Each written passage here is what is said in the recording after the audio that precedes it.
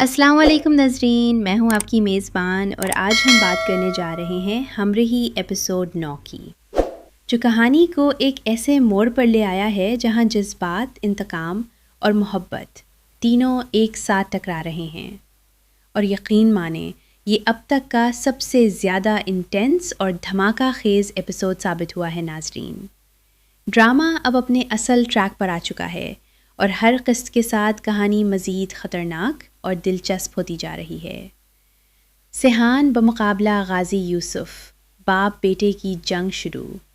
اس episode کی سب سے بڑی ہائی لائٹ آخرکار وہ لمحہ آ گیا جس کا سب کو انتظار تھا۔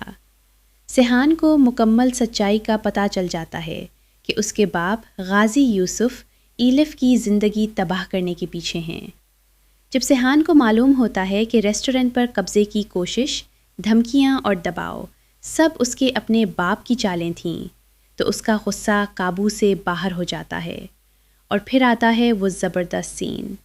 سیحان پہلی بار اپنے باپ کے سامنے کھڑا ہو جاتا ہے۔ وہ صاف کہتا ہے، اب ایلف اکیلی نہیں ہے، اب میں اس کے ساتھ ہوں۔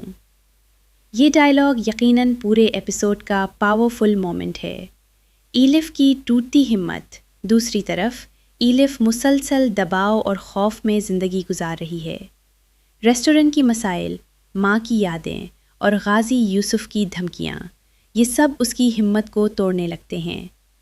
ایک سین میں ایلف روتے ہوئے کہتی ہے، مجھے لگتا ہے میں سب کچھ ہار جاؤں گی۔ یہ لمحہ ناظرین کے دل کو چھو جاتا ہے، مگر اسی وقت سیحان اس کے پاس آتا ہے اور پہلی بار کھل کر اس کا ساتھ دینے کا وعدہ کرتا ہے۔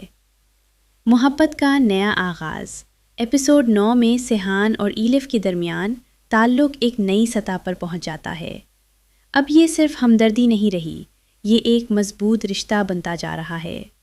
جب سیحان ایلف سے کہتا ہے، میں تمہیں کچھ نہیں ہونے دوں گا، تو صاف محسوس ہوتا ہے کہ کہانی اب لو سٹوری موڈ میں داخل ہو چکی ہے۔ غازی یوسف کا خطرناک پلان، لیکن کہانی یہاں ختم نہیں ہوتی۔ غازی یوسف اپنی شکست برداشت نہیں کر پاتا، اب وہ ایک نئی اور زیادہ خطرناک چال چلنے والا ہے۔ ایپیسوڈ کے آخری سین میں اس کا کہنا، اب کھیل اصل میں شروع ہوگا، یہ لائن اگلی قسط کے لیے زبردست سسپنس چھوڑ جاتی ہے۔ کنکلوژن۔ ناظرین، ایپیسوڈ 9 نے ثابت کر دیا کہ اب ڈرامہ اپنے کلائمیکس فیز میں داخل ہو چکا ہے۔ اب سوال یہ ہے، کیا سیحان اپنے باپ کے خلاف کھڑا رہ پائے گا؟ کیا ایلف محفوظ رہ سکے گی؟ یا غازی یوسف کی نئی چال سب کچھ بدل دے گی؟ اپنی رائے کامنٹس میں ضرور دیں۔ ملتے ہیں اگلی قسط کے ریویو کے ساتھ۔ اللہ حافظ۔